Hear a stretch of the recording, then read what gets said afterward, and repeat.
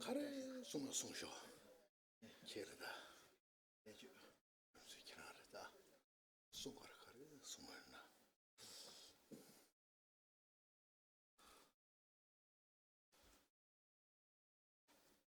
All mother sentient beings, especially those enemies who hate me, obstructors who harm me, and those who create obstacles on my path to liberation and omniscience. May they experience happiness, be separated from suffering. Swiftly I will establish them in the state unsurpassed, perfect, complete, and precious Buddhahood. All mother sentient beings, especially those enemies who hate me, obstructors who harm me, and those who create obstacles on my path to liberation and omniscience. May they experience happiness, be separated from suffering, and swiftly I will establish them in the state unsurpassed, perfect, complete, and precious. Dala dawa jebe dana ba jebe je, araba dan je jebe ba do jeba jeba dan je ji so jebe, manam ba dan yam be sem je dan je dewa dan de.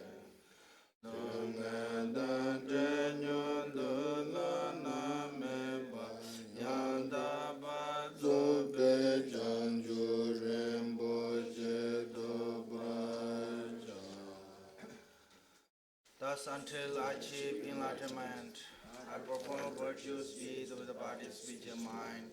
Until death, I perform virtuous deeds with the body, speech, and mind. From now until this time tomorrow, I perform virtuous deeds with the body, speech, and mind. Deje do sama jeje bado lunga ye sonje wala ko. Ma she bado lunga ye sonje wala ko. De re ne de nye ma da zambi bado lunga ye sonje wala ko. We take refuge in the kind, root, and lineage lamas. We take refuge in the deity of mandala of the Yidams. We take refuge in all exalted Buddhas. We take refuge in the perfect Dharma. We take refuge in the excellent order of the Sanghas. We take refuge in all noble Dagas, Dakinis, and Dharma guardians, possessors of eyes of wisdom. We take refuge in the kind, root, and lineage lamas. We take refuge in the deity of mandala of the Yidams. We take refuge in all exalted Buddhas. We take refuge in the perfect Dharma. We take refuge in the excellent order of the Sanghas. We take refuge in all noble Dagas, Dakinis, and Dharma guardians, possessors of eyes of wisdom.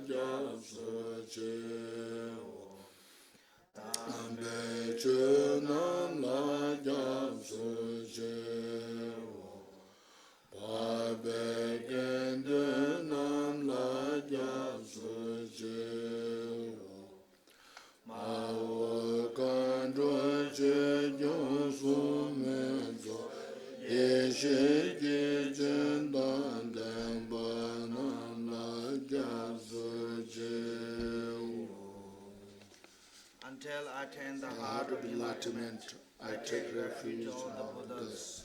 I take refuge in the Dharma and likewise in the symbol of Bodhisattvas. As the previous Buddhas cultivate enlightened mind and progresses the Bodhisattva's path, I too, for the benefit of all sentient beings, give birth to bodhicitta and apply myself to accomplish the stage of the path. until I attain the heart of enlightenment. I take refuge in all the Buddhas. I take refuge in the Dharmas, and likewise in the assemblies of Bodhisattvas. As the previous Buddhas cultivated the enlightened mind and progressed on Bodhisattva's path, I too, for the benefit of all sentient beings, give birth to Bodhicitta and apply myself to accomplish the stage of the path.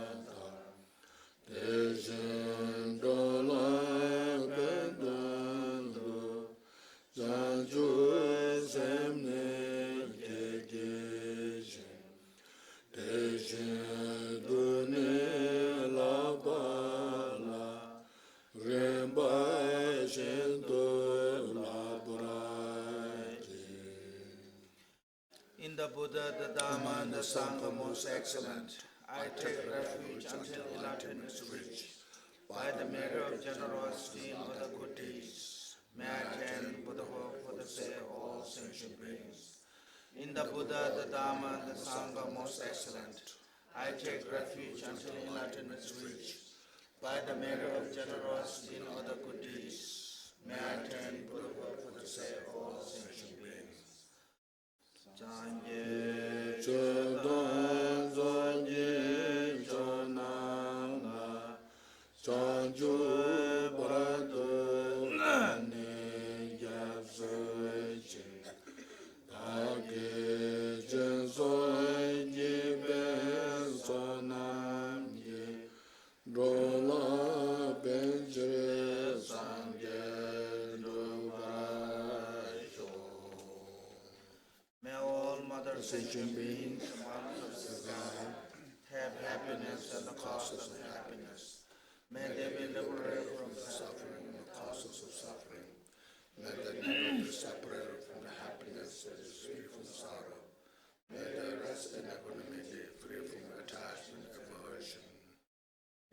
All mother sentient beings among the sky have happiness and the causes of happiness. May they be liberated from suffering and the causes of suffering. May they rest be separated from the happiness that is free from sorrow. May they rest in equanimity, free from attachment and aversion.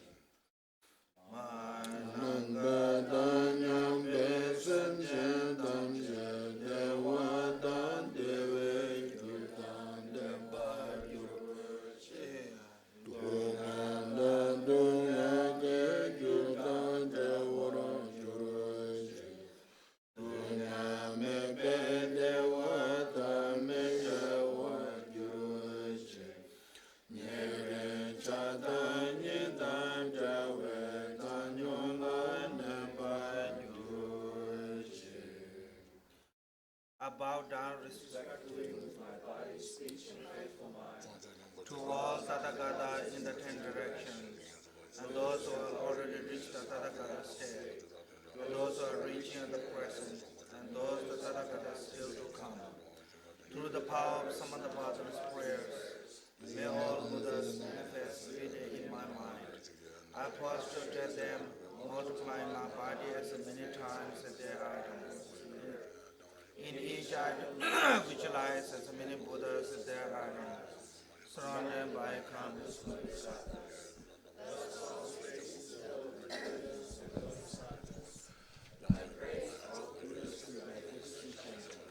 Expressing their wishes.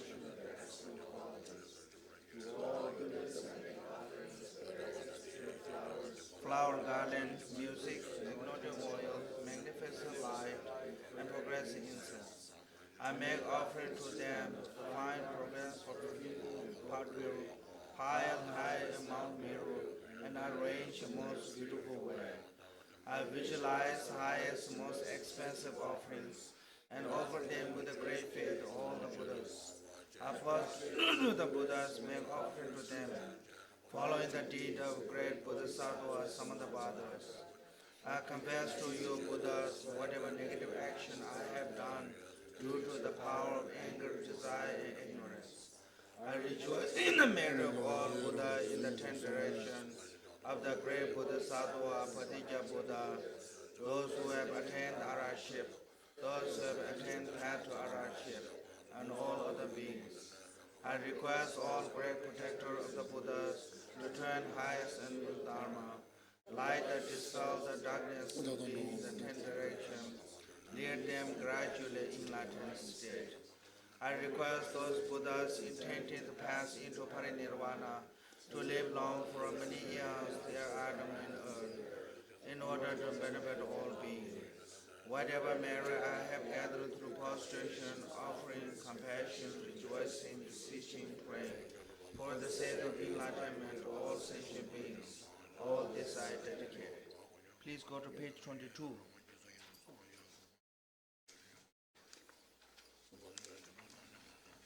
I pray to the glorious Lama, master of the four Buddha's bodies, crown jewel of entire Tao Ge, leader of sentient beings, teacher of ultimate path, Lord of compassion, regent of the Buddha, of the peerless kindness, inconceivable teacher, Vajradhara, heed my prayer, great Digumba.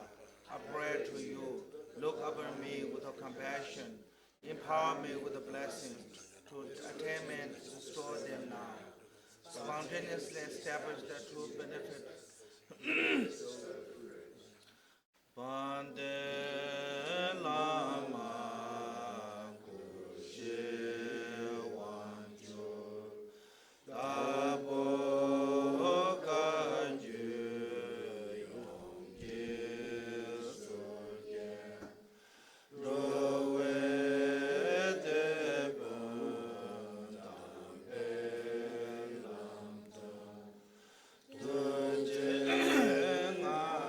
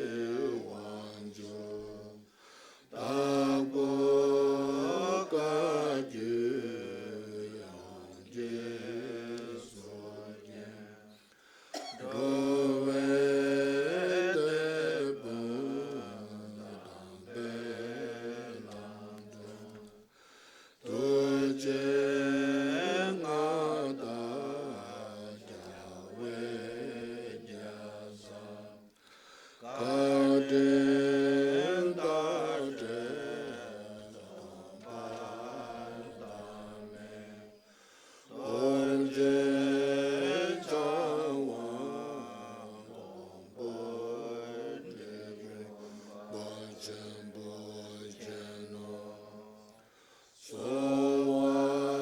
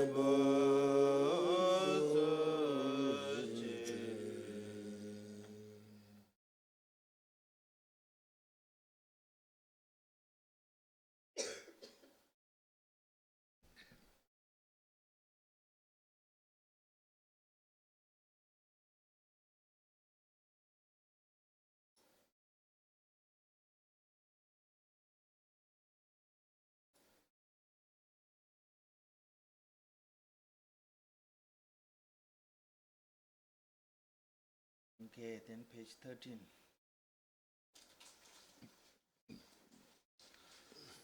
Saje Böje Joshe Mendoda Rera Leje Nyende Jambane Sanje Jela Mede Belwaye Dogunamda Jendul Jewarajo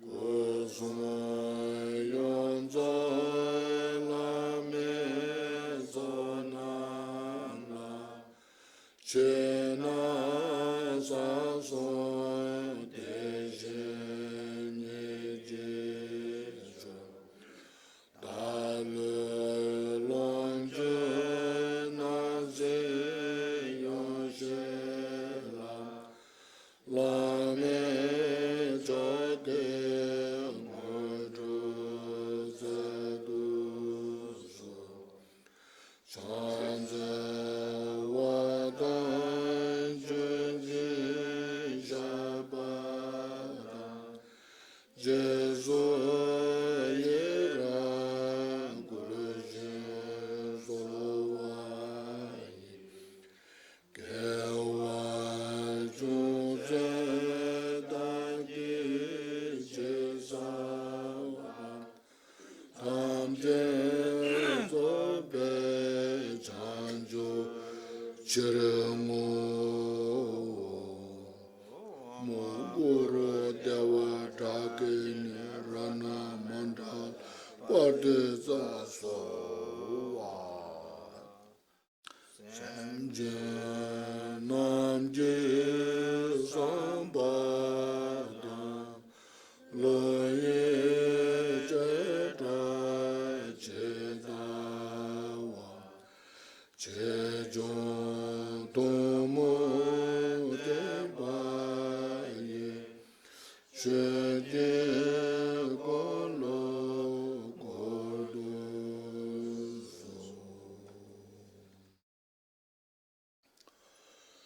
Position de la Naroda, Mamada Baba Jitunga, Godisum to Zola Maja, Zojula Mayadum Jula, so on the Zoda Yujigila, Kankatan to the Jinga, Gajina Jawago, Lamorajan, Doja Bella. Ada Jaja Dunga Judana, there's a lumber Jermaga, so that the damage of Chara Bamba Sabanda, Ratam Jende. 다소 심제담 절로 조선도 진jel로 도저 절로 돈도 진jel로 도저 남초바서 진jel로 도저 두바에 시소 차와 진jel로 도저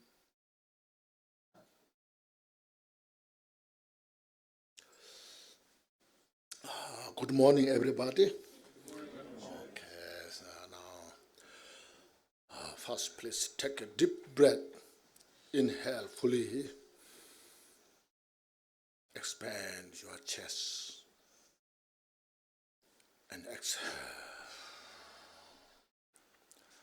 Now, inhale all the love, compassion, and bodhicitta of all the Buddhas into us and permeate our entire body and mind.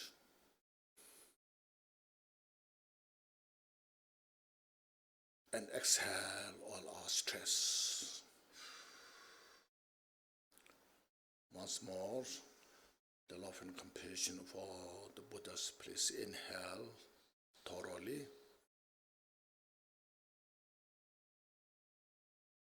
And exhale.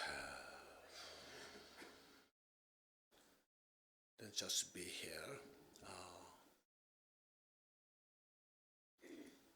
We are so fortunate to have this opportunity. I just say we are fortunate because, as we all are aware, everybody in the world, human beings and non-human beings, those who have consciousness, everyone desire for peace and happiness. Everyone desire to free from suffering. It is universal. It is innate nature of all human beings and sentient beings. But that what we desire for peace and happiness doesn't come just by wishing. The suffering that we individually have doesn't go away. Just say, I don't want. So this all is so obvious, clear, connected to the causes and conditions. So here we are reflecting on the causes and conditions of the peace and happiness, how to work with, and and also the causes and conditions of the suffering, how to free from this. So the precious human life has all the opportunity, all the possibilities, and has all the capacity to work this. To see, we have an ability to see the cause of peace and happiness. We have the ability to see the cause of suffering. As we have the ability to see, to understand, we also have the ability how to free from the cause of suffering and how to gather the cause of peace and happiness. Yet it depends on many causes and conditions. So basically all the different religions, they teach us how to be a good human being. Here now we're involved here with this teaching, with the thought, the wisdom and compassion, the wisdom, mental acuity, mental clarity that allow us to see these all causalities, causes and conditions and their result. And Buddha taught us how to cultivate, exercise the great compassion. Therefore, the time we have is such a precious, and we're so fortunate to have this opportunity. So, life goes on in the past, now, in the future. But as I mentioned, anytime, anywhere, just desire for peace and happiness is just there. We cannot deny it's there. Any place you want to go, you want to have something, to have some happiness, to see something new, fresh. See, anywhere you want to go, see the places, meet people. Just there we have such kind of a mind. I like to see those individuals, my friends, families, to have some happiness, joy. See? We don't go any place to get suffering. So I want to go there to get a little more suffering. We don't say that. See, why? It's something mysterious. So look at this. So our study, practice, that what Buddha taught is not just a religion, but it is a method. We are working with the causality, the causes, conditions, and from which what manifests the results. That's the hour. So because this, we just first try to relax ourselves, we ease ourselves physically, mentally, be here, and then we can go through some explanations or some discussions. And if you have any questions, we'll discuss on those. But today, first, is a special occasion. It's the anniversary of Lord Jigten Sungkun, so the founder of the Dikongkagyu lineage, who came in the 12th century. So here I see a brief account, life story of Jigten Sungkun is related. Here, page somewhere, 1920 somewhere. Here, it's a brief biography of Joba Jigten Sungkun. This is one of the first translation that I have done when I came in the United States in 1982. Page 20. So you can read, I don't have to go through this. So there's a lot of terminologies there. That time is not so familiar for me and those who helped me. So we left as in Tibetan or in Sanskrit as it is, This could be translated, including this.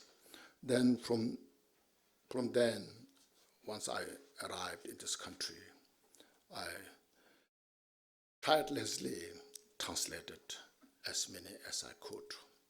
The Vajra songs of Jigten Sungkun's, the 150 verses from the heart advice, and all this the Wondo texts, and all the short sadhanas like green Tara, white Tara, Vajrapani, so forth, and all the Ngondus and power texts, so forth. These are some. Then other books like the Jewel Ornament of Liberation, so forth, and then wrote some books there.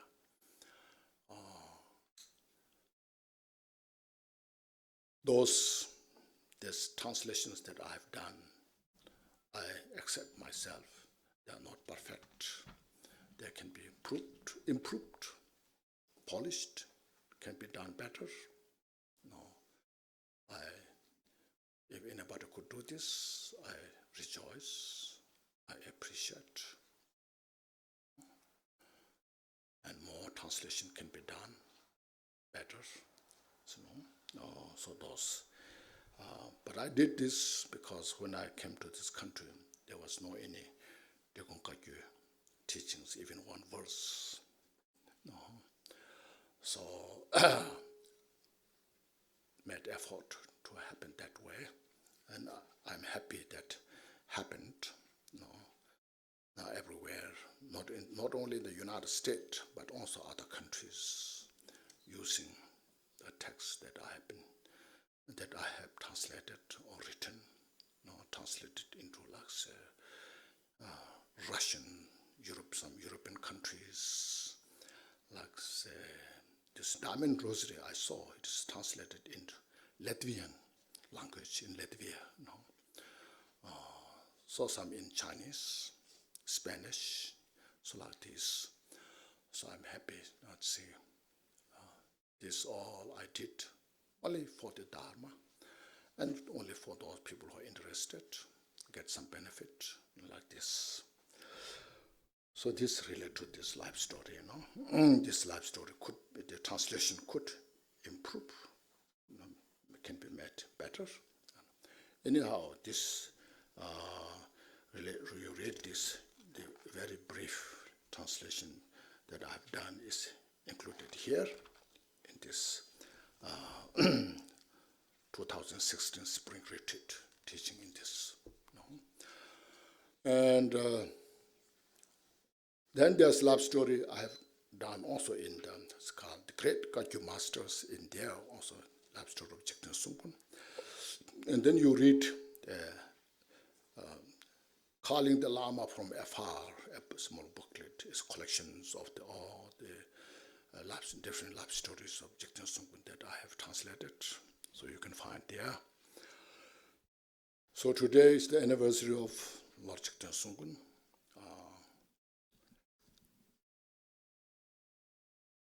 In the history, in the Buddhist history, you say, Lord Jigten Sungkun was some obvious figure that who served Buddha's teaching very productively, benefited countless sentient beings. He was born as a regular child and then got good opportunity to study, meeting different teachers and practice.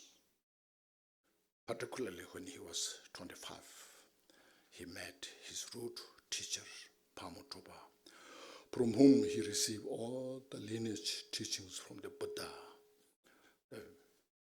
from the Buddha towards Nagarjuna view lineage, from Buddha towards Asanga, the profound action lineage, from Buddha towards then Delopa, Naropa, Marpa, all the meditation called the blessing meditation practices. So those all lineage teachings he received through Pamutoba. And then he's not just left receiving the teachings, in the Buddha's teaching. The practices is so much put emphasis. It's not much, it's that how much you have received, how much you have studied, but also how much you have practiced, put into practice. Particularly, even though during his receiving teachings, he's always in the state of meditation. Particularly, then for 7 years, he made a retreat, during which he got opportunity to purify all the leftover adventitious obscurations, the gross, both the gross and subtle. Because of that, he got opportunity to attend Buddhahood, enlightenment, when he was 35. Since then he was giving teachings to the many disciples. Because of his great compassion, skill, wisdom, hundreds and thousands of disciples they are gathered under his guidance. He gives teachings in a way what individuals need, because he has the skill, he has the ability. Those great bodhisattvas who are in the 10th level, he can relate, he can satisfy to those what they needed. Those individuals who are so stupid, knows nothing, when those come to see him, he can relate perfectly and give teachings, and they get what they want. And eventually, everyone free from samsara, attend there's different stages of the enlightenment. So that was this Jigten Sungkun. His disciples everywhere throughout Asia, I should say, 55,000 he sent to Mount Kailash, to do retreat after giving all the complete teachings. 55,000 disciples sent to Lapchi mountain where the Milarepa attained enlightenment there. is well known. 55,000 disciples sent to Zari, Holy Mountain. So the historians, they write or have a record when Khenchen Rinpoche taught the teachings, and the great disciples were produced everywhere. The practitioners of the Khenchen Rinpoche disciple, every mountains, so their count is well known. So his teachings conveys how Buddha taught, not just a tenet school. This school believe this, this school believe this, this school believe this. Not just that. Buddha's teaching, so when Buddha attained enlightenment, first the 5 disciples, Buddha taught the 4 noble truths, what they could understand, what they can relate. So this is suffering. This is a cause of suffering. You should know the suffering. You should avoid the cause of suffering. Once you know the suffering, then there's no more to know. Once you avoid it, the cause of suffering, there's no more to avoid. This is cessation of suffering that one should achieve that. Once you achieve the cessation of suffering, there's no more to achieve. This is the path to follow to the cessation of suffering. Once you follow it, there's no more to follow. So like that, step by step, Buddha led the practitioners step by step. It's not a tenet system. It's not a Buddhism. It's the reality way how to free from suffering, how to achieve the enlightenment, Buddhahood. We can say, I like, I don't like, I don't want to follow, I want to follow. It's absolutely individual's choice. But when we come to the point, I want to free from suffering, we have to work with the cause of suffering. As yesterday mentioned, as long as we renounce the suffering, we have to renounce the cause of suffering. Nobody likes the suffering. Nobody appreciates the suffering. But we are so indulged with the cause of suffering. So how we can expect to free from suffering? So as long as we dislike suffering, we should also learn, understand, dislike the cause of suffering. See, that's the point. See. So that how Buddha taught is universal. Fire is hot at the time of Buddha or before. As long as the universe exists, the fire is hot. Still, fire is hot. The ice is cold as long as this universe exists. Still now, ice is cold. No matter how time changes. Likewise, the cause of suffering, that what Buddha taught, is still cause of suffering. So there are a lot of culture systems in the world, a lot of religions we use as a culture. So Buddhism can also be communicate, translate in the form of culture, different individuals, countries, lifestyles. But actually, when you come to the real teaching, once you come to the teaching, then it is a universal.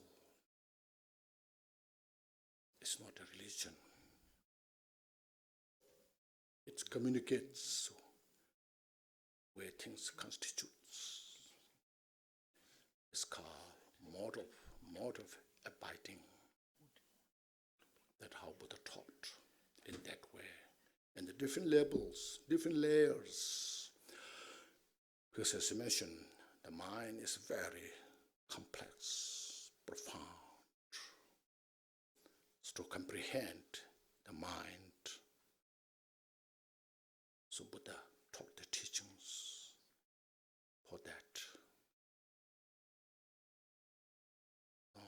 Sometimes we say, this teacher, that teacher knows the Western mind. Actually, there's no such called Western mind or Asian minds. Like anger, for example, anger. There's no such called Western anger and Asian angers. Ignorance, there's no such called Asian ignorance and American ignorance. Attachment, likewise. Greed, pride, all these things you see. Make sense? So these are very important way to understand. Look at read the Dharma and what it makes sense. So these teachings Buddha taught that purely communicated by Lord Jigten Sumgön because he attained complete enlightenment in that very life. No? That's why his teachings has been very effective. Those who could understand. Sometimes some great scholars having a hard time. No. Because they communicate different way, different style. So as a child growing, go to kindergarten, first preschool, kindergarten, elementary school, then high school, then college, then university, step by step. So as a web practitioner, Buddha taught that way, step by step, how to follow. But later, then the great teachers, meaning they made such kind of system, it's called tenet system. Then this tenet is lower tenets, this tenet is higher tenets, this is the highest tenets, the Bhavasha school, Sautandra school, Chittamandra school, then mathematical school, and within mathematical school, there are so many different schools there. So this is the highest. So we try to get the highest one. We try to jump from kindergarten to the university. Because we like the university, get the PhD degree. Then you are enlightened. See, that's how we have to look at the teachings. That's how Jigten Sumgön practice. That's what Buddha taught. First, first take refuge. According to the taking refuge, you follow this much. Then after that, say, take the 5 precepts. Practice this 10 precepts. Then 10 precepts. Then there are novice monks and nuns. Then full ordinations, step by step.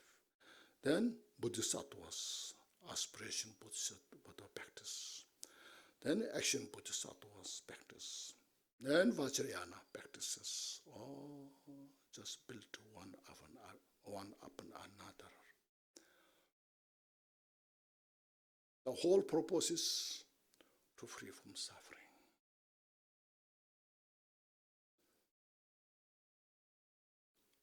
When Buddha said, don't do this, means it's a guideline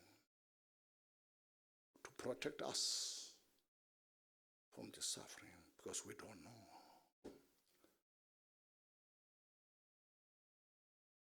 Like a child, 1 year, 2 years, 3 years old, doesn't know, so they doesn't know.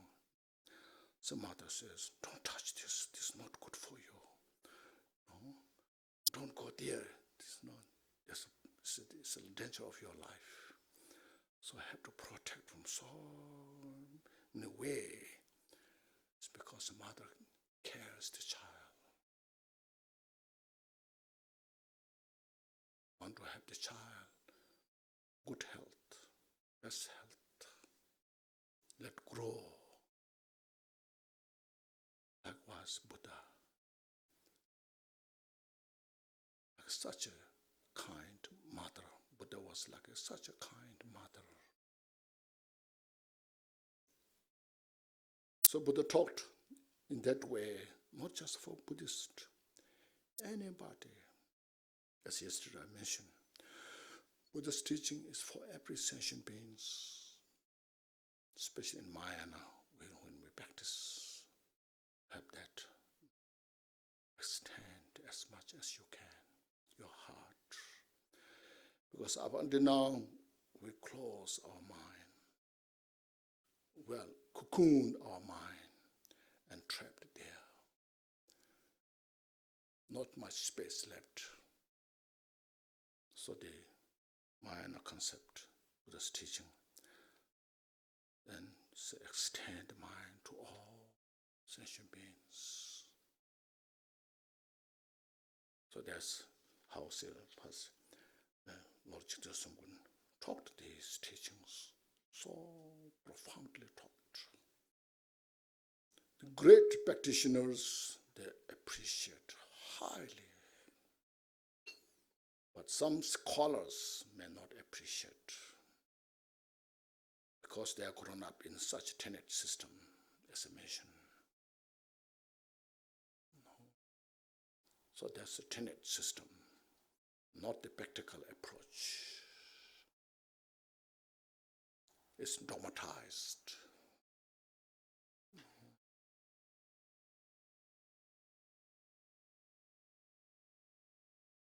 So that he, from 35 to 75, 40 years, he taught the teachings and gathered the disciples. Such unimaginable, not only human beings, many other beings gathered, received teachings. So just,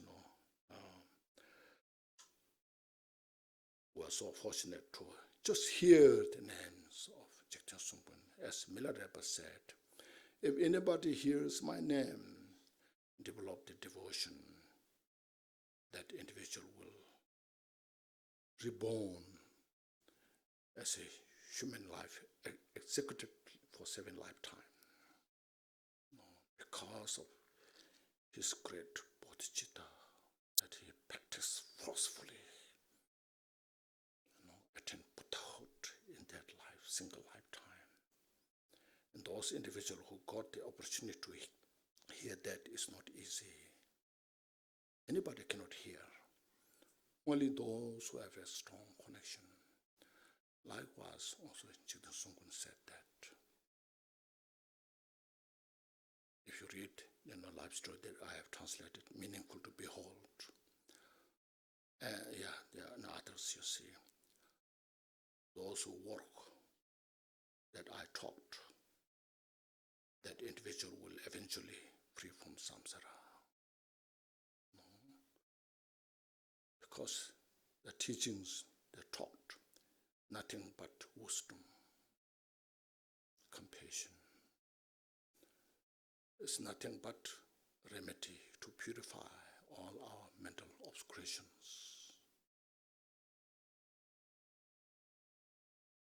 It's the object of perfection. Perfection of the wisdom, perfection of the compassion. Because of these different causes and conditions, makes that connection. So today is that his anniversary. So we're so happy to have this opportunity. 25th is that. Now we are. Yesterday I touched this small, what do you call it, pamphlet? What do you call this? Oh yeah. Is this a book? Booklet. It's a booklet or a pamphlet.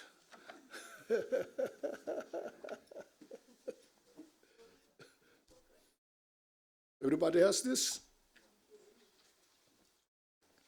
Here. Yeah, go ahead.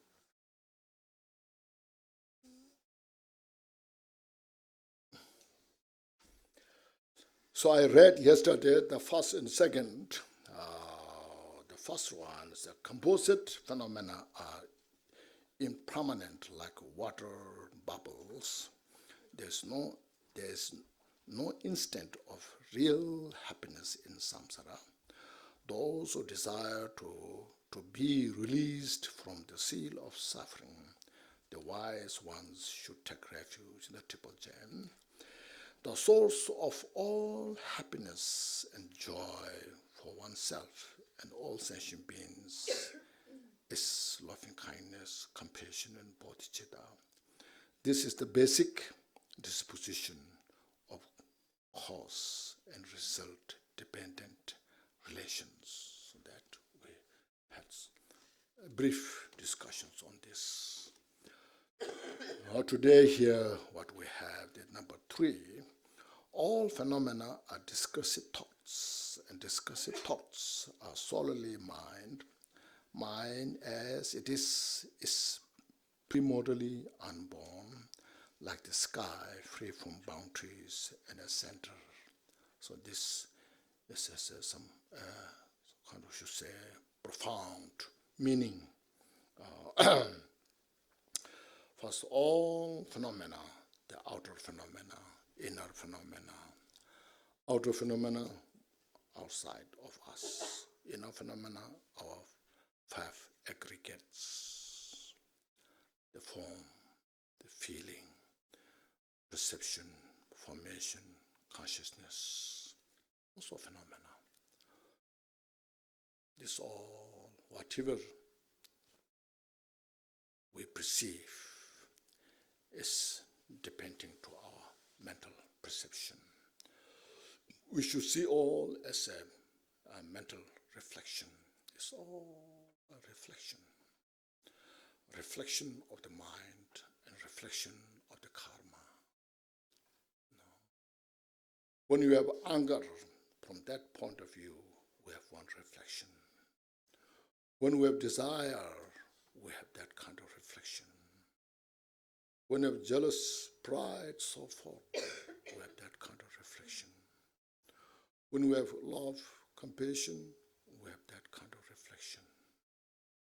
See, when you see everything as an illusory nature, we have that kind of reflection.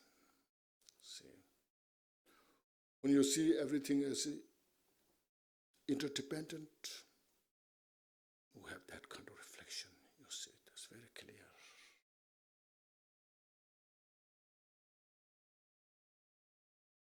Our walls, our individual's wall, is a reflection of our mind.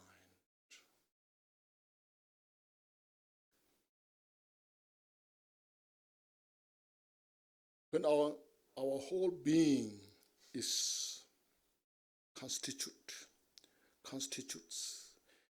in the pure sense of compassion and love, everything, see, melt into that state. into that dimension. Anybody who comes round by the power of that, they get sense. They have a feeling of soul, comfort, peace. See, it's clear. When someone is so agitated, angry, upset, even is not expressing verbally, anybody who comes there, they can see, they can feel. See, as the well-known, we all know, in front of Milarepa, the deer and the dog, they gathered. Before that, they saw, should say, afraid each other. The dog is trying every minute to catch the deer. And the deer is trying every minute to get out of the deer. But as soon as when they approach to Milarepa, no one is afraid. They are so friendly because Milarepa's pure love, compassion, all their anguish, delusions just dissolve there. See.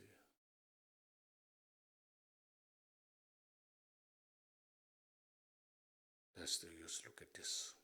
It's not a religion. It is a method that what we desire for peace and happiness. So that's the mind.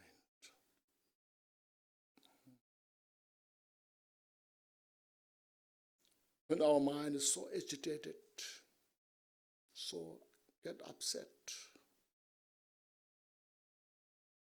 then everything goes wrong.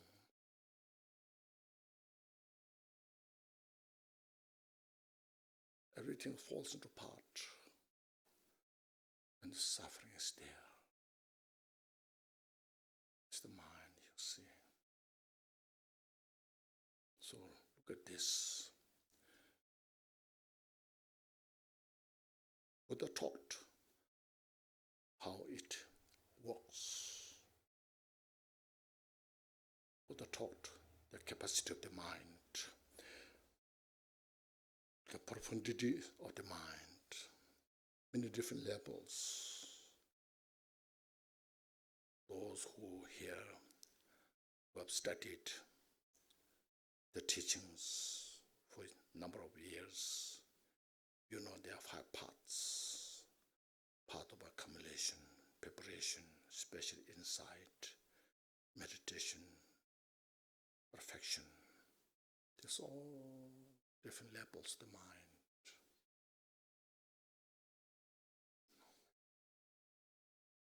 Just briefly, 10 bhumis. It's just different levels of the mind.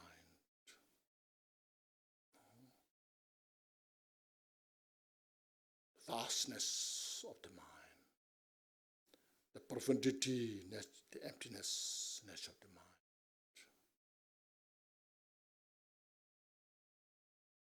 All this you see.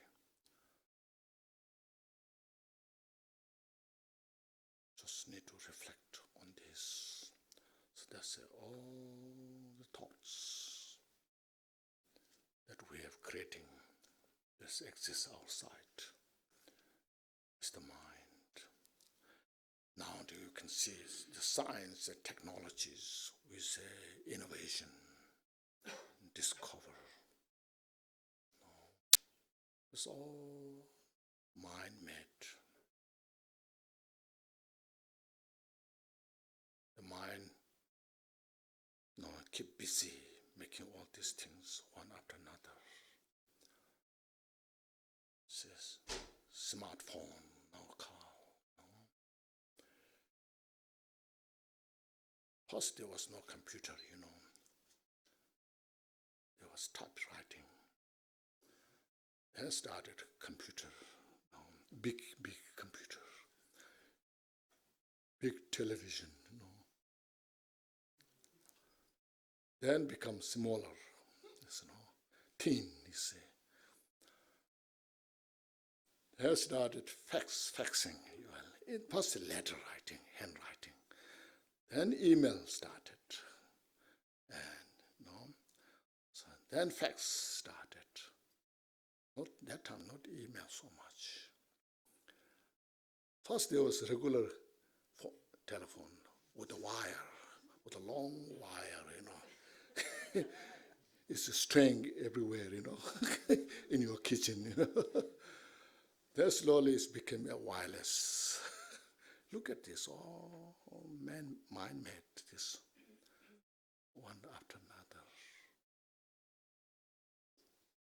Now everything in the internet, in your smartphone. The whole world is in your smartphone. See? You can call, you can tweet, you can text, anything you want, you can do that. And you spend all your day in the smartphone, It's man-made. All these powerful weapons,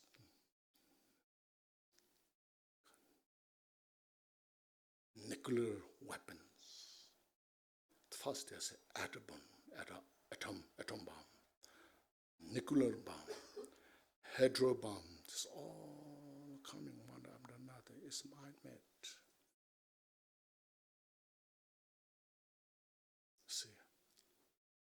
See these things.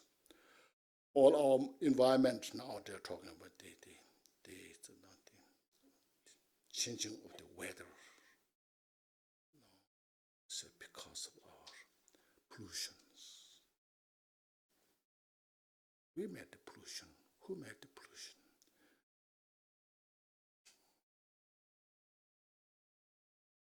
So,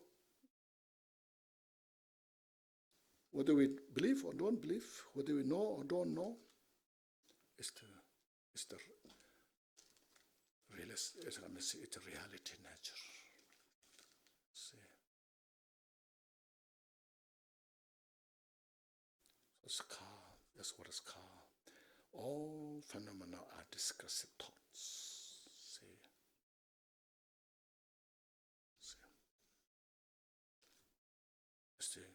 Directly or indirect is the projection of the mind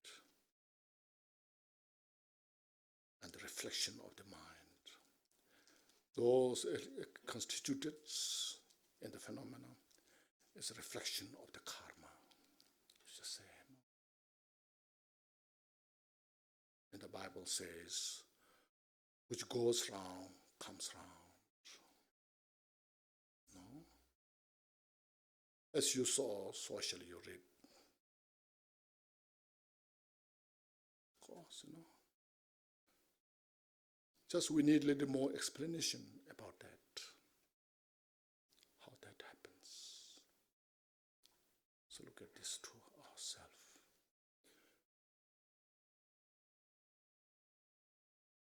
When you build a house, you design. First, the architect design what you want, and then you call the builder, ask to build, and there we have the house as you design. So it's a product of the mind. So everything in the world, directly, indirectly, is the products of our mind. So therefore, the hell realm is also products of the mind. The God realm is products of the mind. The samsara is products of the mind. the nirvana is also a product of the mind.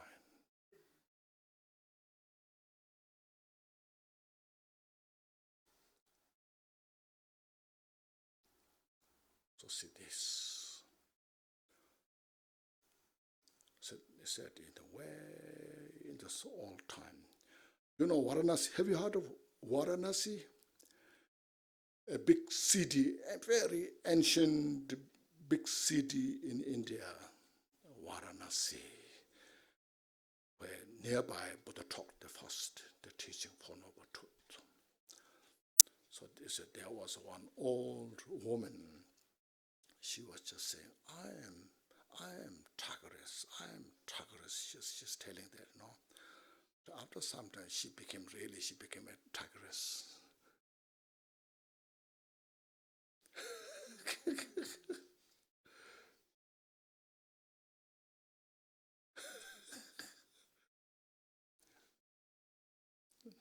So like these things, So just see this. So that's why, the practice of love and compassion is such important when you come to see this,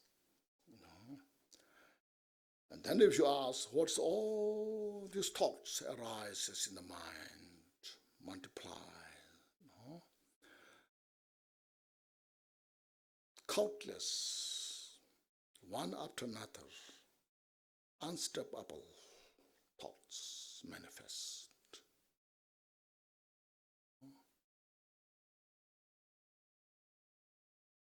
You can ask, you can see, do I have so many minds?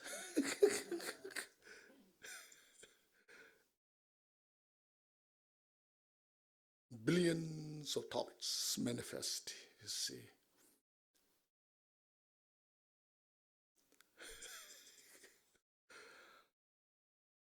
How these thoughts are coming from, one after another. Even sometimes you say, I cannot think anything. You are thinking that what you cannot think.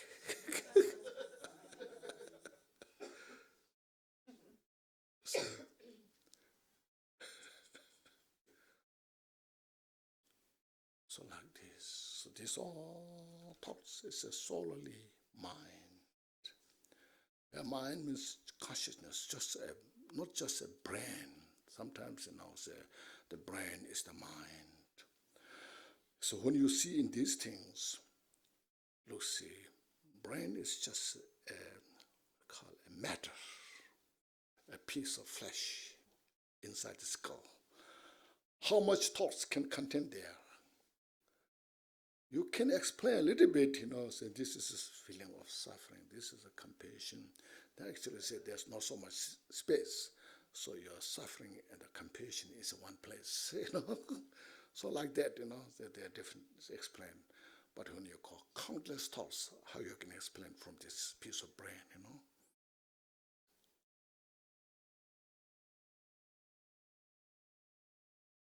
So mind is consciousness. Brain is the matter.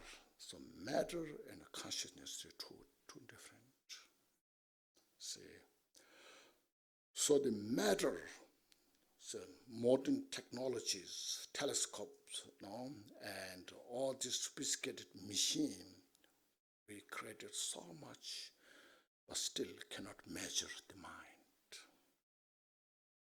See, the matter can measure by matter. The mind can measure by mind, by consciousness. So we need one step more.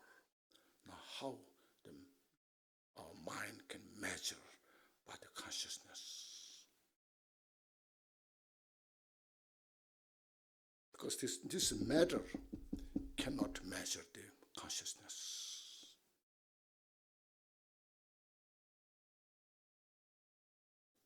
So then look at the practice of loving kindness, compassion, shamatha, meditation, that Buddha went through 6 years, you see.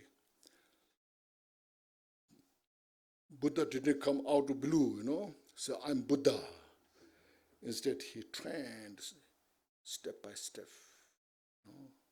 For 6 years, you see, meeting different teachers, different masters, discussing these philosophies, meditations, all things discuss, and then practice, put into meditation. And after all this, empirically going through this process of the analysis and the practice, finally captured the total nature of the mind, seeing everything as the part of mind, and that part of the mind is self, as it is called contrived, means free from all the delusions. Realize that. Then, when that happened, then that was called Buddha. In Hindi, sometimes they say, Jnana Prapta Kiya. Jnana means the total wisdom is achieved.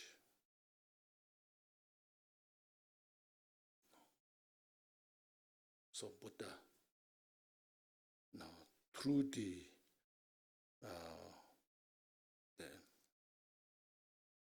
so to say, the practice with great access in the meditation and understanding, by the combination of the total absorption and the critical insight. But these two co-emergent, synchronized and reveal the total nature.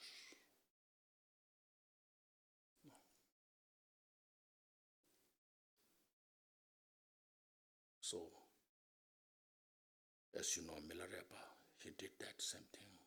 And today's estimation, Lord Chitta Sungun did that. It's not just one cause, it's not just one condition.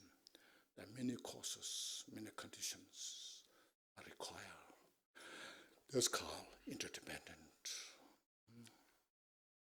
So realize that. So that's called the solely mind. That mind, as it is primordially unborn, means primordially pure.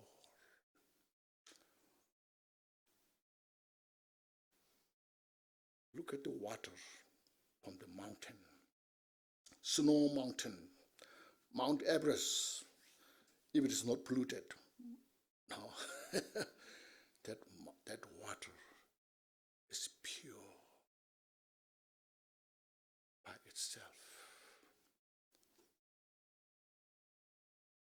No need to purify because it's not polluted.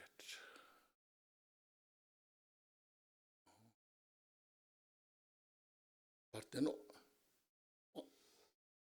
along on the way and the road, then a lot of travelers, they make pollutions. Then you say purified water.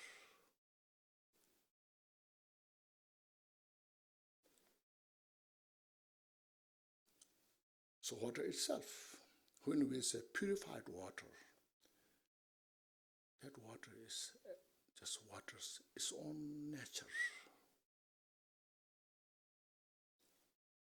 No, suppose, I don't know nowadays, when you say purified water, I don't know how much is mixed there, I don't know. Actually, purified water means suppose all the pollutions are taken away, and it should be as it is. So, this, our mind, originally, is pure as it is. That's called unborn. When you sit still, sometimes in between, you just feel so relaxed. No thoughts coming here and there, so calm, peaceful. You mentally feel so relaxed, physically also very ease to yourself. You see, that's your pure mind. It's there always. But then suddenly we pollute.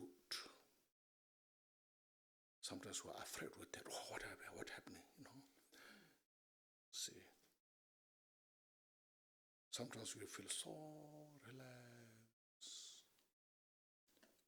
You don't think of the past, don't think of the future. Just there, relaxing. Feeling of so peaceful, that state, suddenly you're so afraid. What happening? What is happening with me, Because our mental pollution was so got used to it.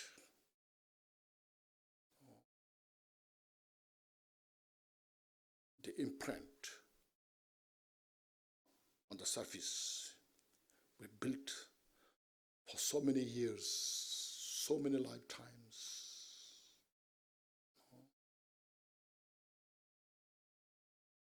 And then say, well, sometimes you want to meditate, practice, but while you are meditating, then you say, what I'm doing here? I'm maybe being a stupid here.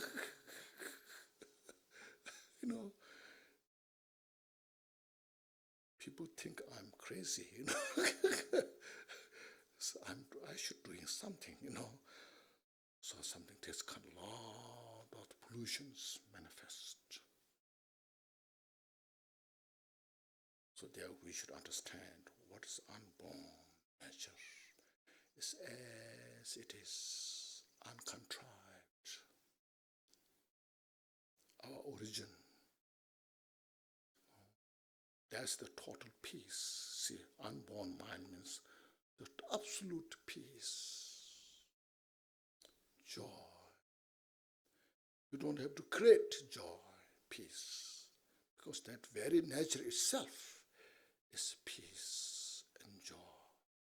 It's called uncontrived peace. It's called unliberated peace and joy.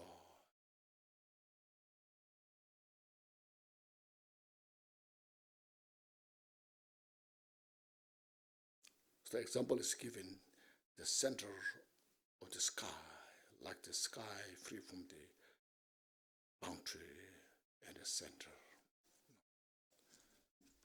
Look at the space. Space is everywhere, and space is nowhere. Space is just space. Timeless, no beginning, no end. See? So sometimes, nowadays, scientists say time and space. But space is free from all this boundary, designations. You cannot describe the space, big or small, surface of depth is free from all this description. But you see, space itself is total peace.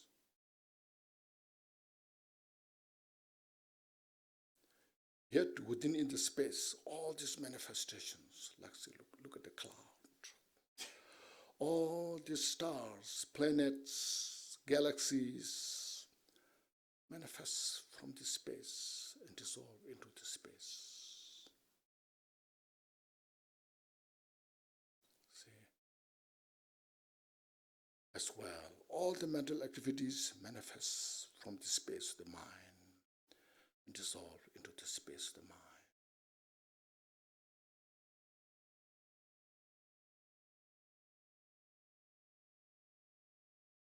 So that's the reality nature. It's the nature of all human beings. As I was talking about, say, a Tibetan nature of the mind, American nature of the mind, there's no difference at all. Like the space here in this Maryland area, Gunbury Park, the space, and the space in Virginia, no difference. Space in Florida, no difference. Space in Tibet, no difference. Space is just space. So nature of the mind is the nature of the mind of all individuals. The same nature. But we are contrived. So much labels, good, bad, right, wrong. And without such kind of mental, mental capacity could relate to these different reality natures, the ignorance makes the boundary obscure that reality nature.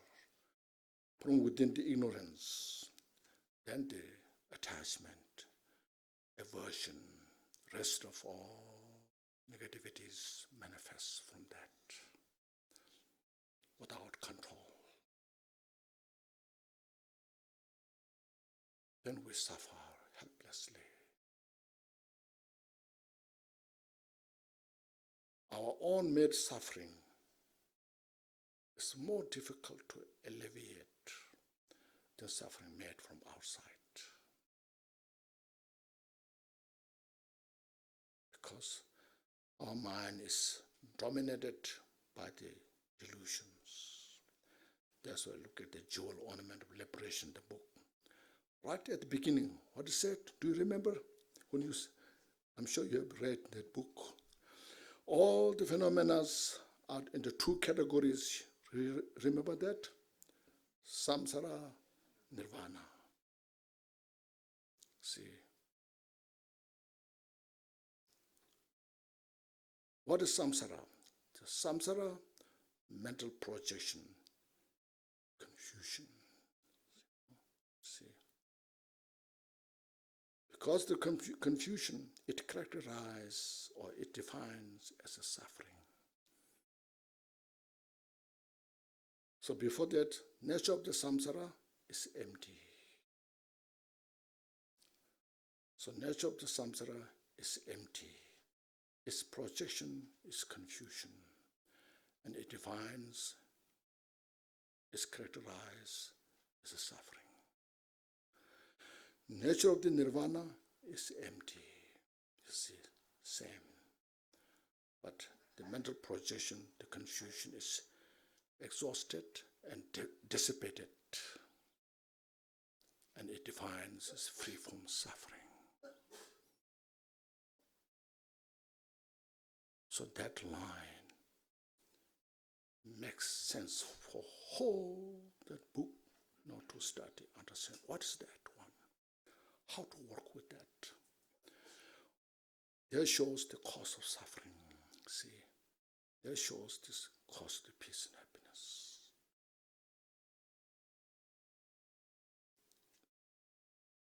So then their book goes on. Who are those who are suffering? The sentient beings of the three realms, three worlds, the desire, form, formless world. What's the cause? What's the basis of this suffering? Oh no, what's the basis of the confusion? It's emptiness. Oh, we're confused. The confusion is, we're confused, emptiness. See now?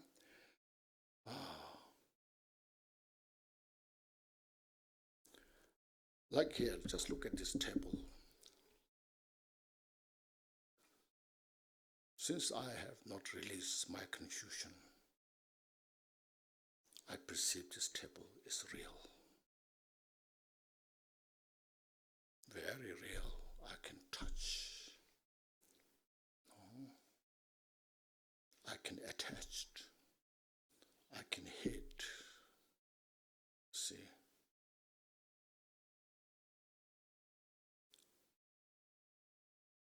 Now, if someone realizes this table is not independent, not real, first of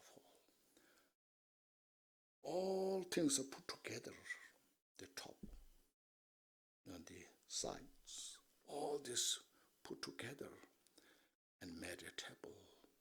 So it's not real. It's just temporarily made. We label as a table, but it can be any. We can use any name. We can change the name from chair to table. So please sit on the tables. You use chair to write your books. You can change that, you see. But we are so fixated. If somebody said, this is chair, and if you say this is chair, no, this is table, not chair, the table, You can change. That's how we label it.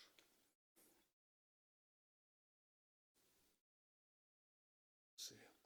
So like that, see, person who doesn't know anything says, like me, this table's real, it's concrete, it's substantial, it's there, I can touch, I can see it. Then after some time, you study, practice all these, table is just illusory nature. Combination of many pieces to put together. And you say, our concern is not so much.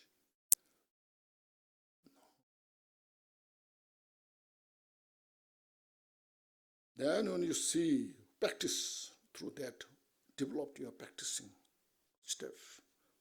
Furthermore, this appearance of the table, nature of the table, emptiness, inseparable.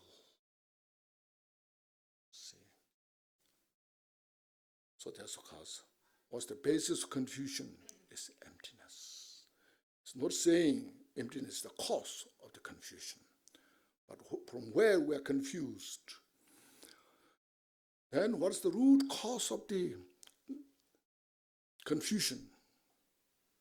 It's great ignorance. See? Because of the ignorance, then confusion manifests. As I mentioned, then ignorance, due to ignorance, not realizing this table as illusory nature. I confuse as real, substantial. I like my table, it's expensive. I paid a lot, So I attach to the table. If somebody destroys my table, I'm not happy. I'm angry, you see. So there comes all the manifestation, you see.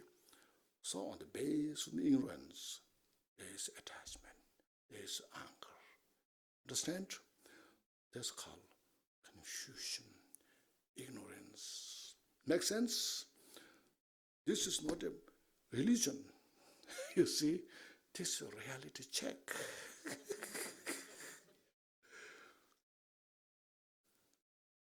But it's so hard to know. Even we know, we forget. Even we know, difficult to practice. Even we know, difficult to release all these mental afflictions. That's called habit. We're so habituated.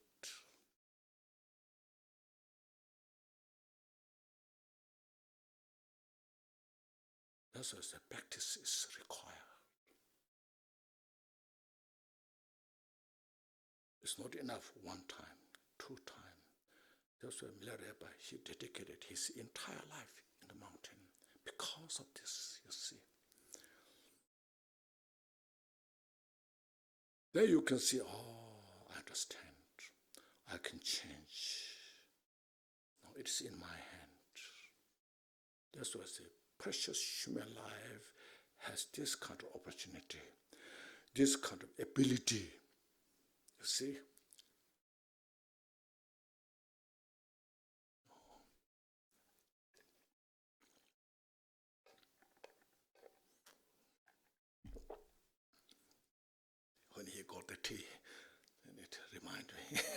to drink this.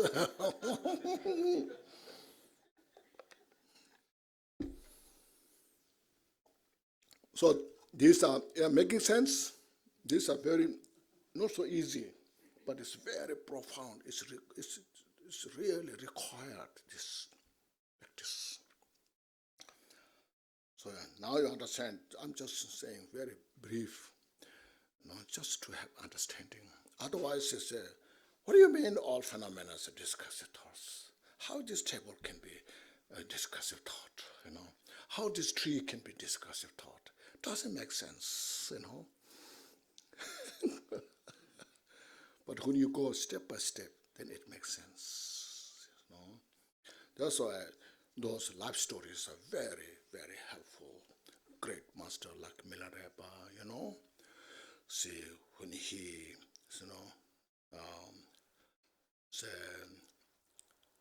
a logician, a couple logician came to Milarepa to debate, and you know that.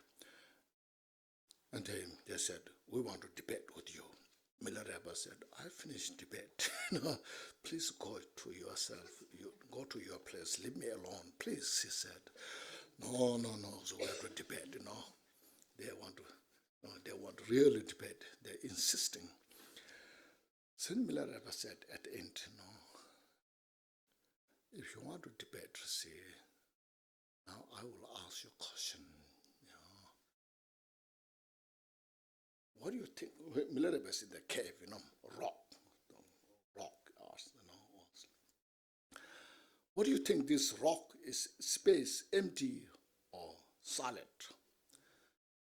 They said, why are you asking that question? Silly question, No, I just want to know, he said.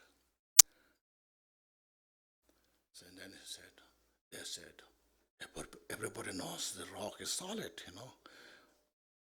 So Milarepa meditated. It's called space-like meditation. Completely spacious mind meditated. Because he realized that meditation, fully mastered on this practice, you see. Not like ours, If we meditate space, like if somebody hits you, you're really angry, So when Milarepa meditated on this, he walked through the caves, back and forth, all this. So then and not only that, he lifted a big piece of rock, throw on them, and they never touched, So then Milarepa released that meditation. He said, now what do you think? They said, this looks like a black magic.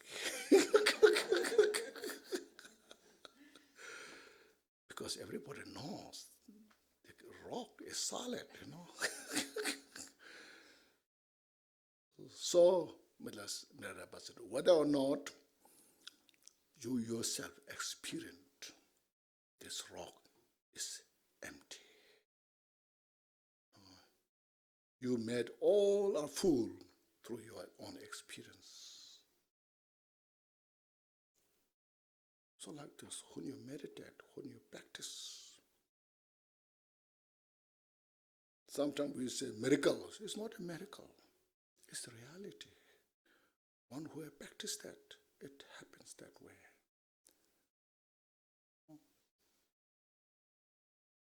So look at this. Nowadays, you see, since science is becoming very popular everywhere,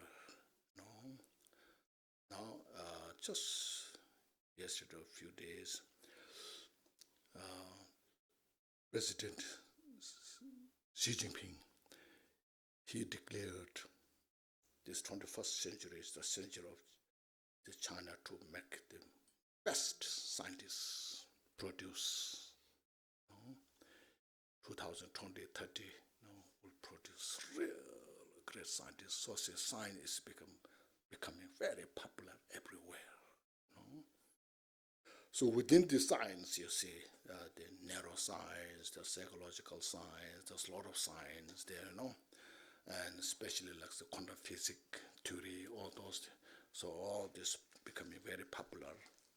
Now the emptiness is no longer a Buddhist philosophy. Emptiness is becoming the philosopher of the universe.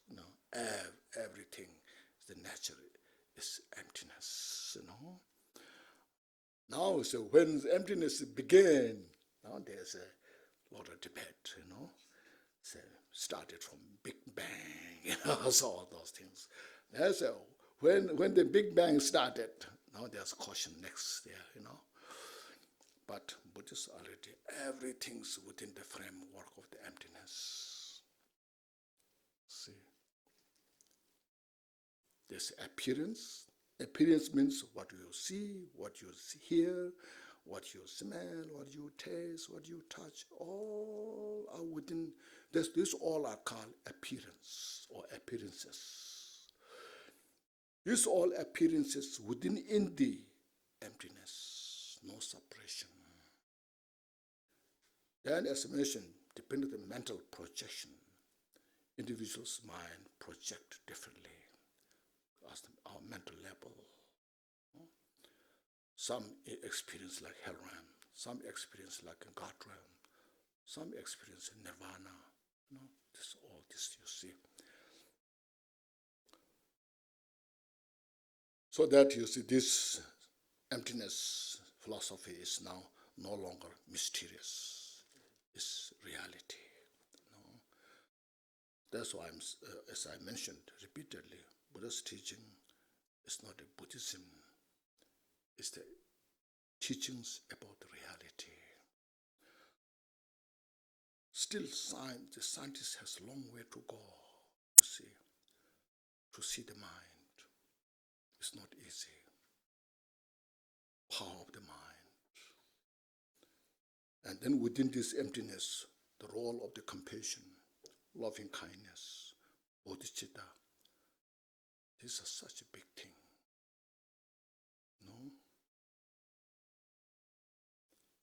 How these practices can help us to go forward,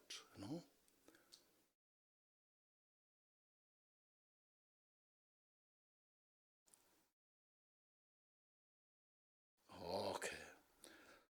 So these practices from the beginning, from first verse, second verse, third verse, allow us or giving us such opportunity to practice and purify all the mental obscurations, the gross obscurations, subtle obscurations, follow, as mentioned, 5 parts and 10 bhumis step by step. All this up and down, all this, then one is attained, called Buddhahood, enlightenment. Means you reveal your total nature, the unborn nature is totally revealed. Do you know what it makes sense? Nothing is hidden. The wisdom of as it is, and wisdom knowing as it is, wisdom knowing everything without separation, fully blossomed.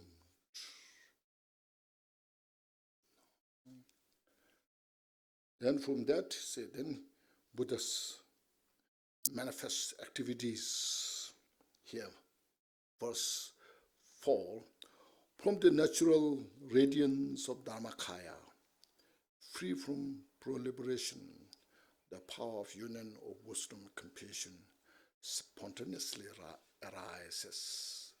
Within the dimension of the noble, the awakening activities are performed for the benefit of beings in whatever way they are termed. So, basically, Buddha has 3 forms: Dharmakaya, Sambhogakaya, Nirmanakaya. So Dharmakaya is what you achieve, final stage of the enlightenment.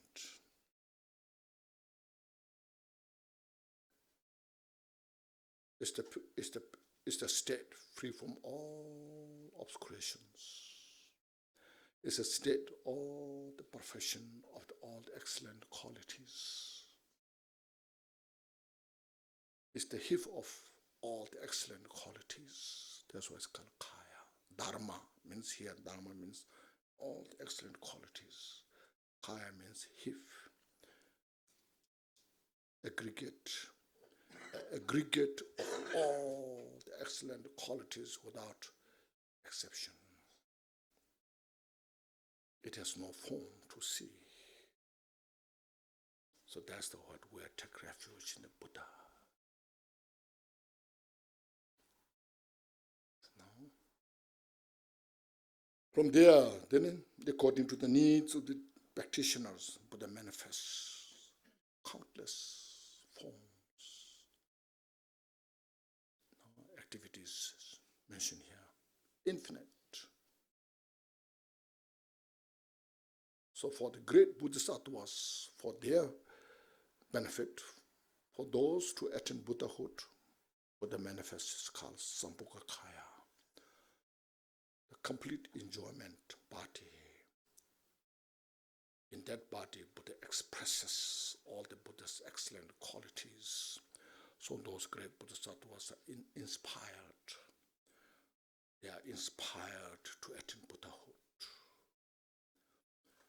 And then those we ordinary beings, Buddha manifests as the Nirmanakaya, the emanation body. Within the emanation body, there are many different levels, as is mentioned here. Within the dimension of noble, the awakened activities are performed for the benefit of beings in whatever way they are attained.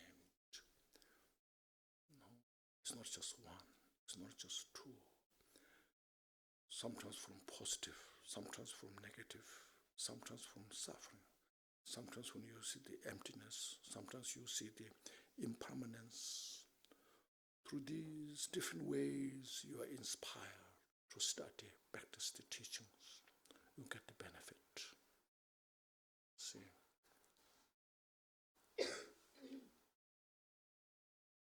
Can you say, this is the only way to help sentient beings? There's so many ways.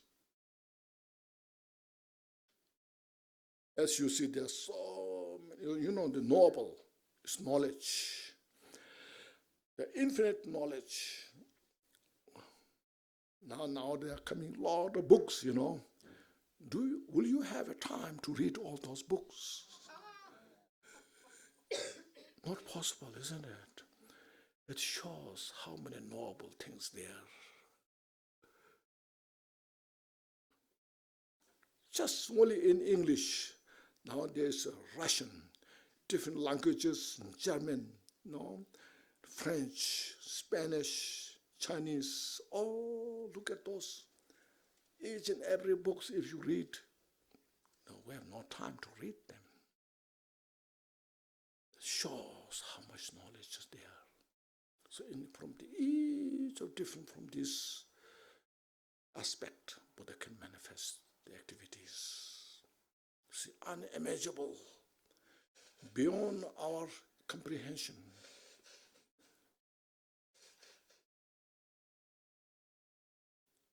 That's how, since this is what it's talking about. It makes sense? No? So there's a brief. So now there's called 12 great deeds of the Buddha, There are so many things here. Okay. Sometimes when you suffer, then you don't know where to go, what to do. This doesn't help, that doesn't help, this doesn't help. Then when you hear Dharma teachings, that makes sense,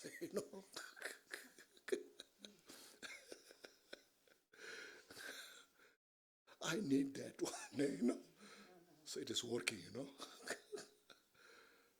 Like that, from different angles, different aspects, manifest the activities to help sentient beings to awake, See. So this is all interdependent, you see. very important to know, as I mentioned yesterday, or a few days, interdependent means now, you see, it's not just one thing. Sometimes when you explain about the Buddha, God, so then sometimes you feel the world is going the wrong. Why not Buddha come help us? Why not God come help us? Ask the questions. When they have such a great power, so in the Buddhist interdependent, interconnected. See, the interconnected, interdependence, the dependency. This is not just one cause, not just one condition. Many causes, many conditions. See, like to grow a corn, how much you need in the field.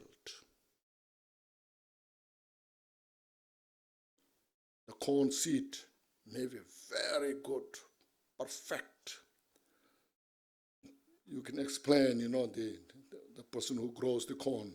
This corn, what do you call the seed, one seed. So you can grow so many corns, this, you explain. Just you leave on the table, can it grow? See, you need the field, you need a field. The field with a lot of rocks cannot grow, or rough soil cannot grow. If you plant in the winter, it will not grow. See, you need such a good soil and good weather. No rain cannot grow. Need a good rain, good fertilizer. Oh, the great gardeners, they know these things very well. The corn itself, the seed itself is not just one. How much content within that? It also contains 4 elements. See, if you just go pieces, dust particles, there's nothing. Yet, with all those coming together, it's illusorily manifests. So not just with one cause, not just with one condition. Makes sense now? See, that's why it's called emptiness, Within emptiness manifests, this is not just mere empty, not the empty of a cup. No water, no cup empty, not that kind of emptiness.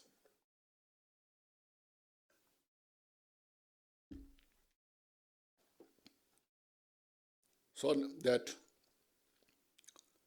called interdependent. So Buddha's activities to manifest sentient beings, we need a lot of causes, condition, our own interest, our own devotion, all these things, and the teaching should have all the capacity, explains the needs, how to do things, how to alleviate, The teaching needs all this necessary.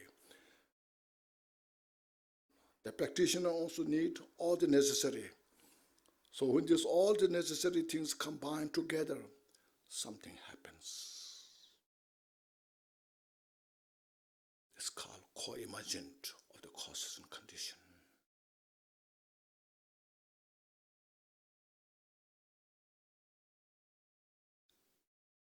That's the Buddha's teaching, you see.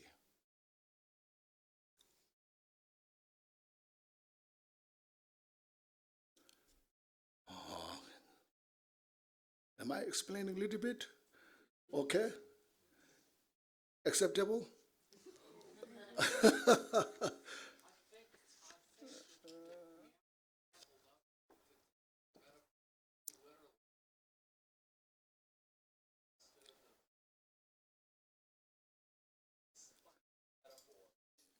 Yeah, well, sometimes.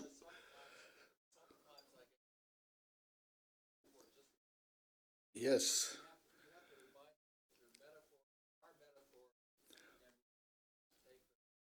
Yes. The metaphors are just a metaphor.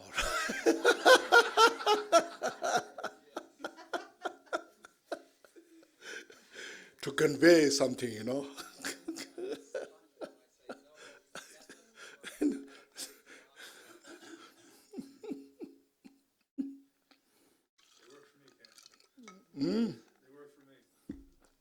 Works for you? I don't know it is really working for you.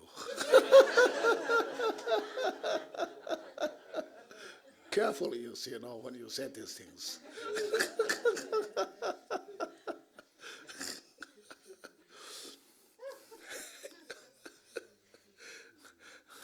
I'm sure it works if you practice it. You see.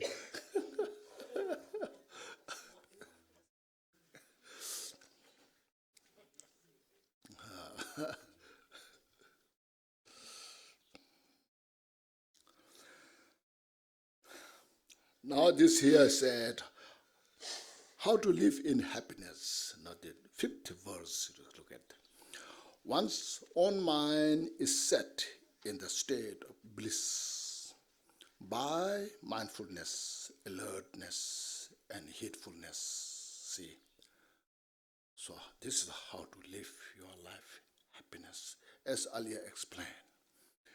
Now, you set in the mind such a state of meditation, uncontrived, or just a state of loving kindness, compassion, bodhicitta. Retain your mind in such state. Let your mind occupy that space.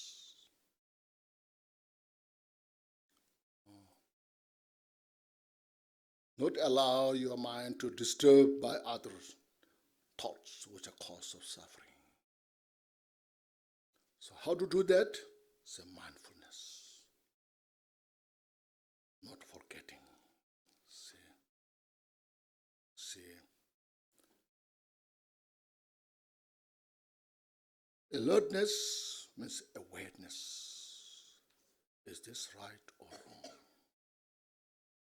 Now, keep your mind with full attention of this, understanding of this is the right to keep the mind.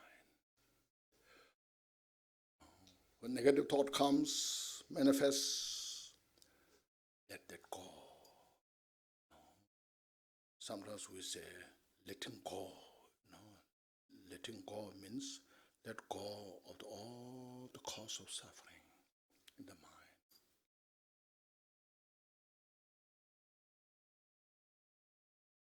And heedfulness, you see, this is the way how to maintain. This is non-virtue. This is a virtue. So we need that.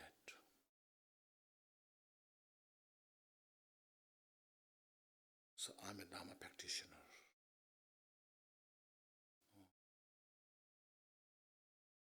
I must be doing this. Meditate on this. That's how to live your life in happiness. Now, make sense? Somebody says, oh, what do you mean how to live in happiness? So this, just two lines, you see.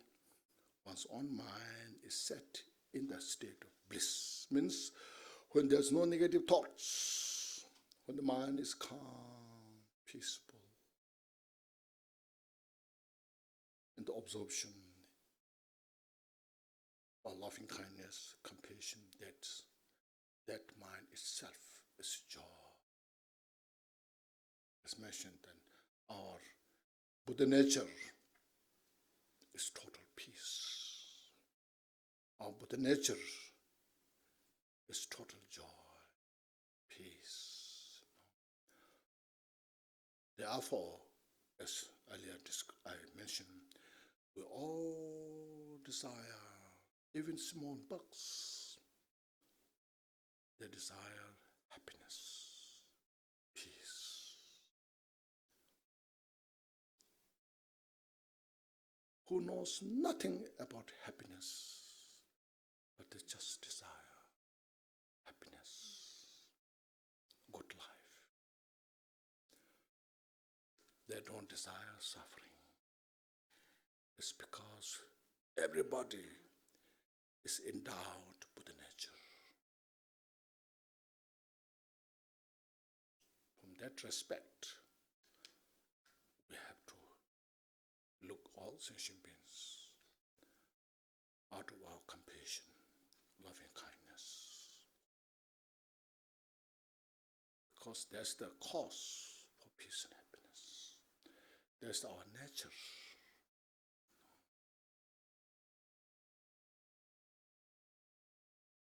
Whether realize or not realize, whether they know or don't know,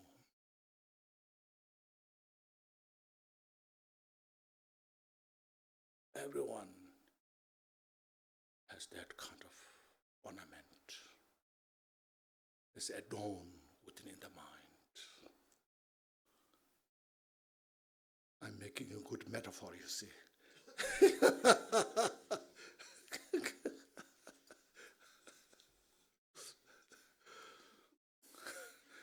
That ornament is indelible. Indelible? Indelible? You see, you cannot delete that.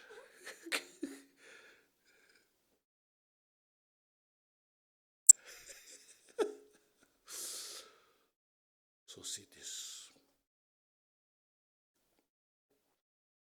Then after practicing, see, this meditation, only say, even 5 minutes, 10 minutes, half an hour, whatever meditation done, dedicate. He said, in the mandala of ultimate bodhicitta, within the non-referential sphere, the root virtue is dedicated.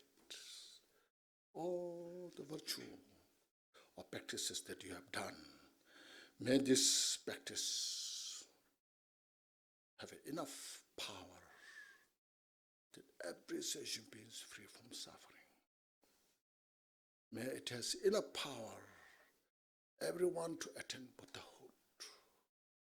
Just dedicate to all sentient beings, so you are not attached to your practice. It's a skillful method. It's a powerful method.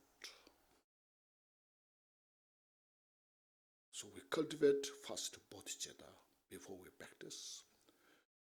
We maintain bodhicitta while we are practicing. And after practicing, we dedicate all the virtue with bodhicitta. See? So bodhicitta is important at the beginning, at the middle, at the end. See?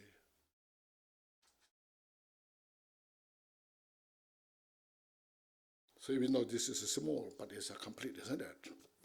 So you can memorize, if you like, and then repeat, chant, then remind yourself, practice. Any questions, any discussions you need?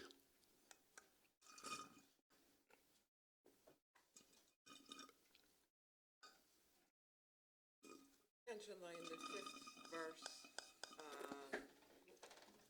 the verse is really focused on the mind in bliss, but then combining that mind with mindfulness and alert. Keep that, see, to keep that state, see, you need mindfulness, you need alertness, you need heedfulness. Okay? Yeah, it's the instrument. You need that instrument, that guidance, the president is in the palace, and then to protect the president, you need all the security, what do you call it? Security guidance. they all security officers need. So mindfulness, heedfulness, alertness, all the security officers to keep you a blissful state of the mind. There you are, relaxed.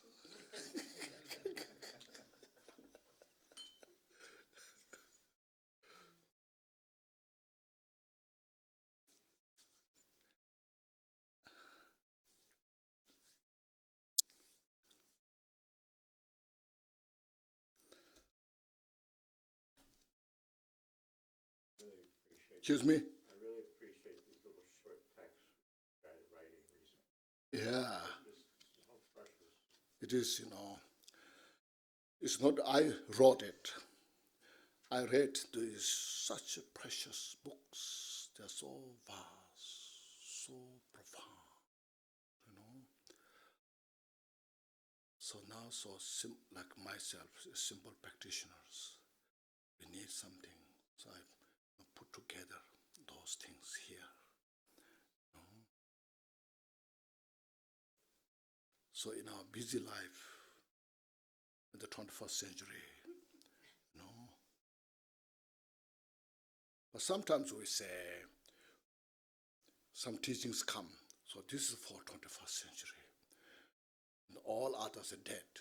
That's completely wrong. There's no more profound and full of blessings the Buddha's teaching that Buddha taught 2,600 years ago. Please understand that, Sometimes we have some short practices. Oh, this is for 21st century. Then people say, oh, that's right. This is more blissful than Buddha's teaching. Because Buddha's teaching is taught way back, now gone, That's the damn wrong. These are just to just reflect, remind ourselves. Because Buddha's words are words of wisdom, words of compassion. Nothing but perfect. Taught according to the needs of the individuals. There's no more blessings of the Buddha's word than anybody else in the world. That's very important. So we should not dilute. Sometimes people have that kind of, get information, So this is the 21st century's teaching, Others are dead, That's really not good.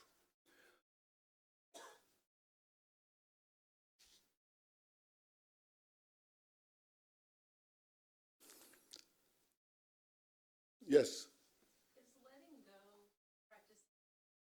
Letting go. Letting go. To let go. Let go of what? Whatever is upsetting you. Oh yeah, that's ourself. It's of course the word is very nice, letting go, But in your mind, it's very difficult to let go, First start with that, letting go. So let go it. Now you ask how. See, now you analyze this impermanence. Look at all the nature of impermanence. Then suffering and the cause of suffering. As I mentioned, you see, everyone don't appreciate their suffering, but they're so indulged in the cause of suffering. See, so as we dislike suffering, we should also dislike the cause of suffering. See, from that point of view, say letting go. See, and it is to purify our habit. In the samsara, the habit is so deeply rooted, you see, very difficult to pull out.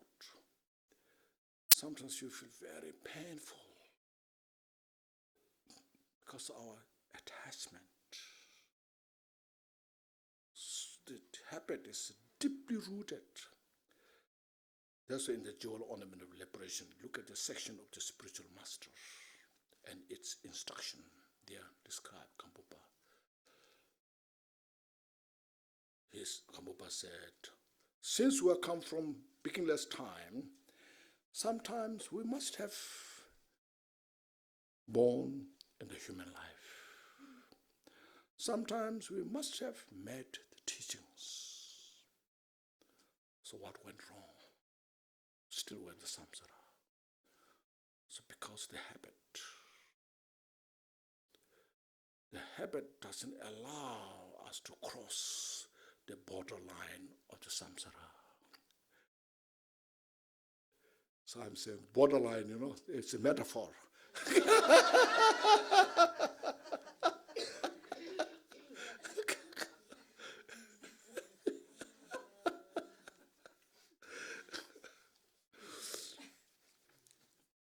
See, like this, that's just a letting go, the practice like that, you see.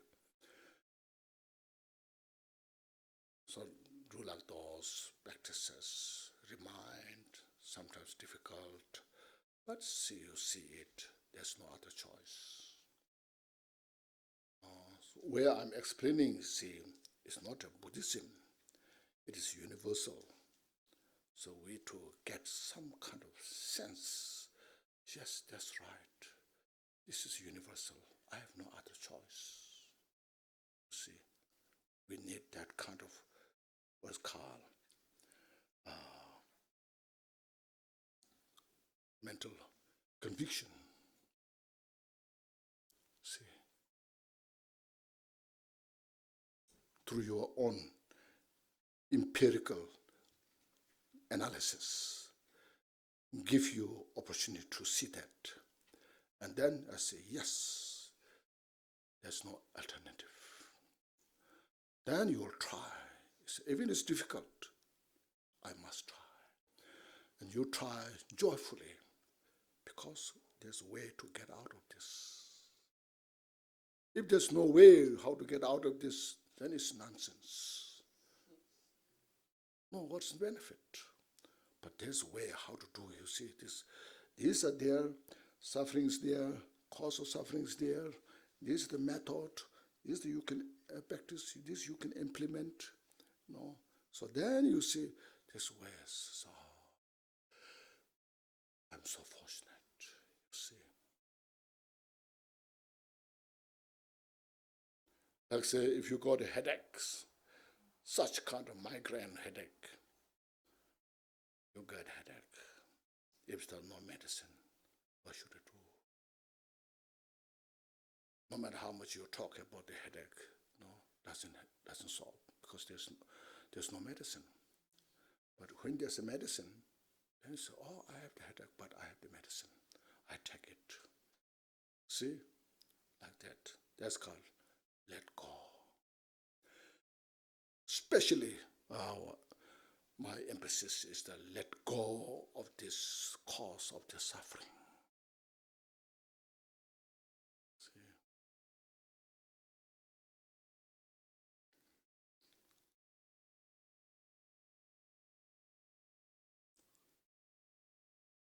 Any other questions?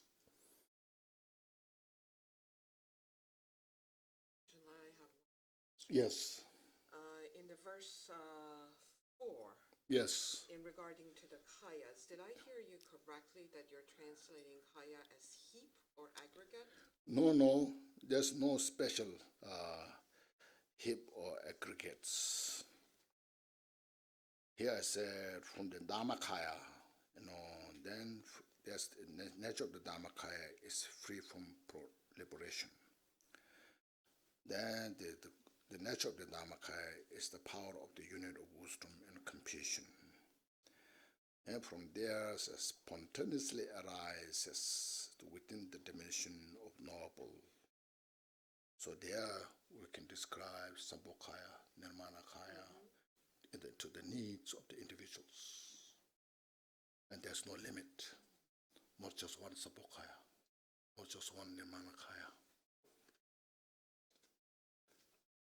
See, then you say, like that. So then there you can see, I have the precious human life. I have the Dharma. I can do it. See?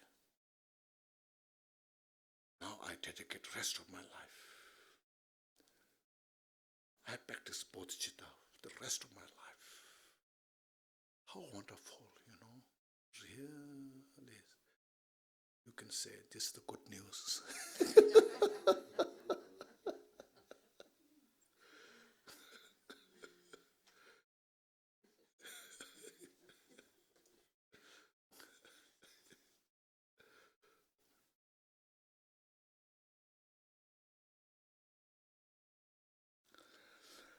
Okay, now time flies. And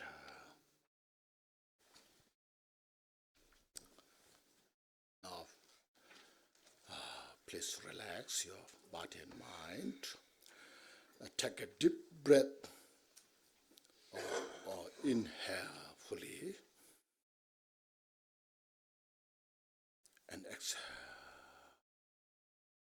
So this morning, whatever discussions we have, please refresh.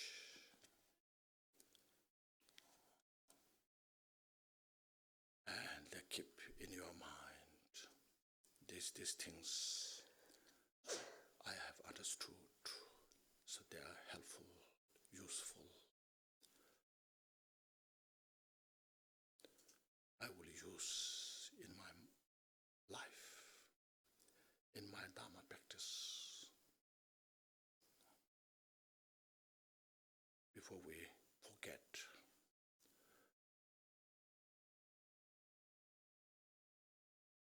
Step by step. So I will keep in my mind within the dimension of mindfulness, alertness, heedfulness, there. And I will reflect on this. Make my life meaningful. Not to harm myself and not to harm others. See, we're harming ourselves in the samsara without knowing. You look at, after you study Dharma, then you can see. That's why I say Dharma study means study yourself, know yourself better.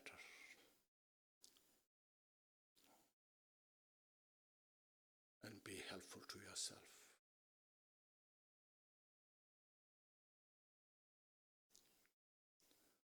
So then we'll say a few dedication prayers.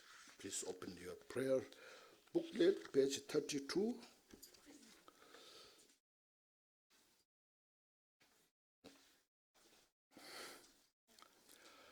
Glorious, holy, venerable, precious, kind, root and lineage lamas, divine assemblies of yedams and assemblies of Buddhas, Bodhisattvas, yogins, yoginis, and dakinis dwelling in the 10 direction.